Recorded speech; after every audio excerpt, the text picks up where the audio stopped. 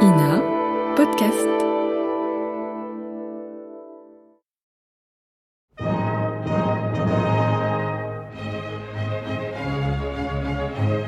Bon baiser de partout.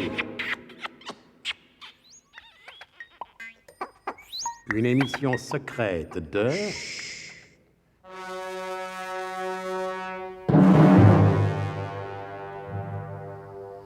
Donc, malgré l'échec de l'enlèvement de Mademoiselle Truscott, la fascinante comtesse Vanda semble réussir dans son entreprise, c'est-à-dire obliger le colonel et le professeur à rester en 1888. Ah, faut dire que la comtesse n'y est pas pour grand-chose. Elle a eu beaucoup de chance. L'un de mes amis prétend que le talent consiste à avoir de la chance. Dans ce cas, l'ensorcelante comtesse a bien du talent. Mais sachant qu'on ne peut pas toujours compter sur la bienveillance du hasard, la comtesse a donné l'ordre à Zorbeck le Gras et à Wilhelm Fermtag d'aller couler la péniche de la Plaxmoll amarrée sur le quai de Passy, juste en face de la maison occupée par le SDUC.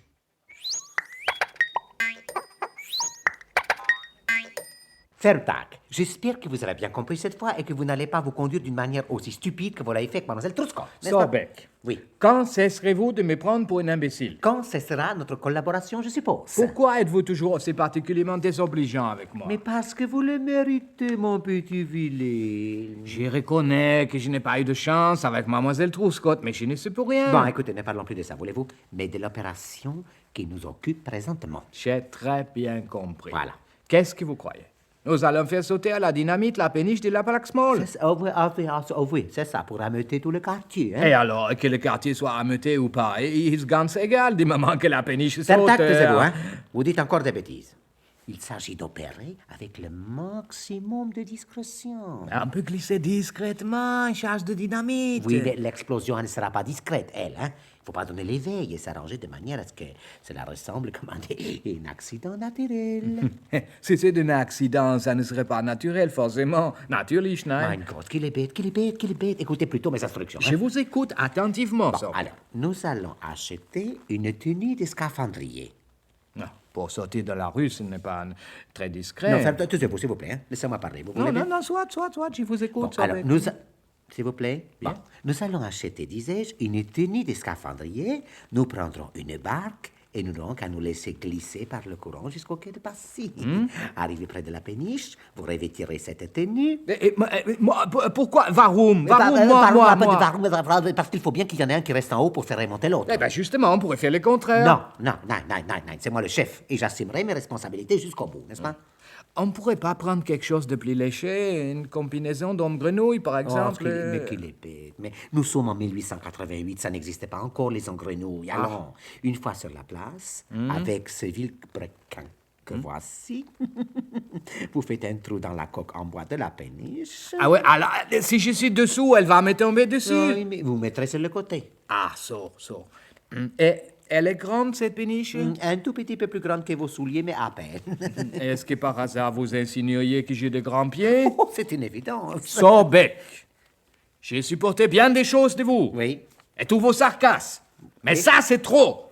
Vraiment trop. Et comme le dit si justement l'expression française, c'est le derrière d'eau qui envoie en exil la boue. Vous avez compris, Zorbeck? Ah non, j'ai pas, absolument vraiment pas. Qu'est-ce que c'est cette histoire d'eau? Ouais, alors, le derrière d'eau qui envoie en exil la boue. Si vous comprenez pas, c'est ma faute alors, moi. Vous imaginez toujours connaître l'idiome français, mais il y a des subtilités qu'elles vous échappent. Mais écoute, à propos d'idiome, j'en connais un. Bon, Willem, mon petit Willem, soyez gentil. Tiens, je vous embrasse là, juste au-dessus de la cicatrice.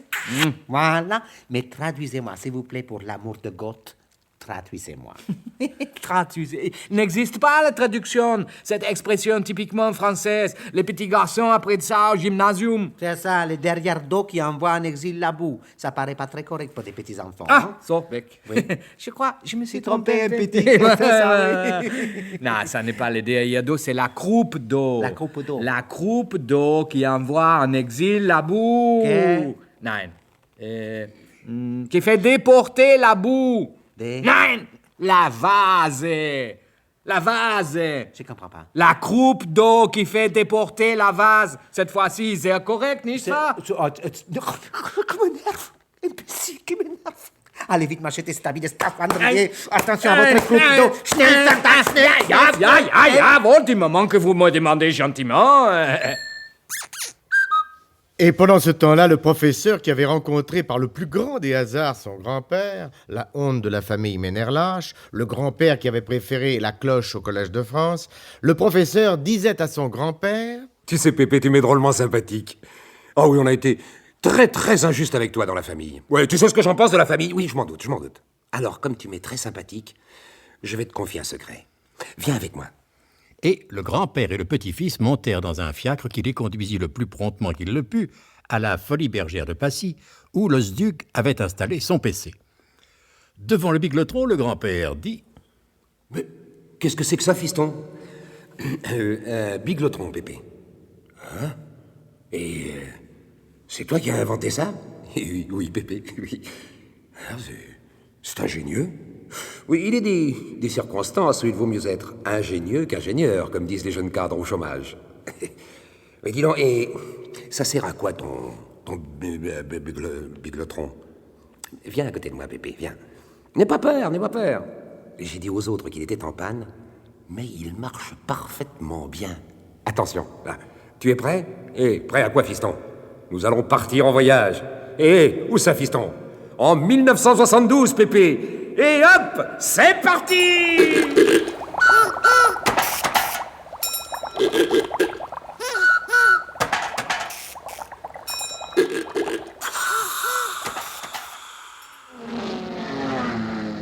Et voilà, Pépé, nous sommes arrivés. Oh, sur le toit d'une maison, j'aime pas ça, fiston, j'aime pas ça, j'ai le vertige. Attends, Pépé, nous allons descendre. Là, par ici, viens avec moi. Cette maison, c'est la maison de la radio. Qui c'est ça, la radio? Une chanteuse à la mode? Non, c'est... Ah, c'est pas facile à t'expliquer. Attends... dis tout de suite que je suis un imbécile, fiston. N'oublie pas que j'étais professeur au Collège de France. Oui, mais tu sais, il y a eu tellement de nouvelles inventions depuis 1888. Disons que la radio est un moyen de communiquer avec tous les gens.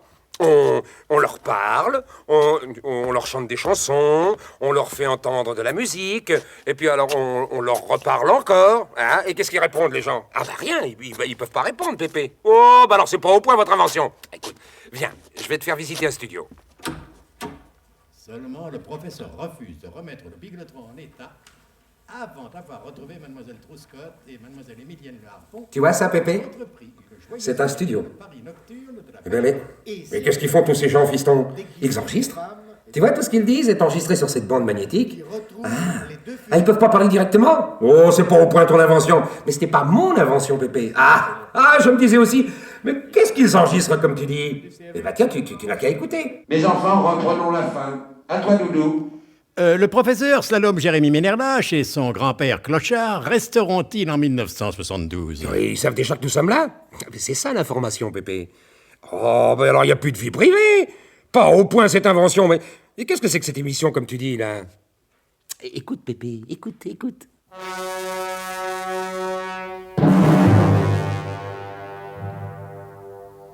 C'était le 18 744e épisode de... Bon baiser de partout.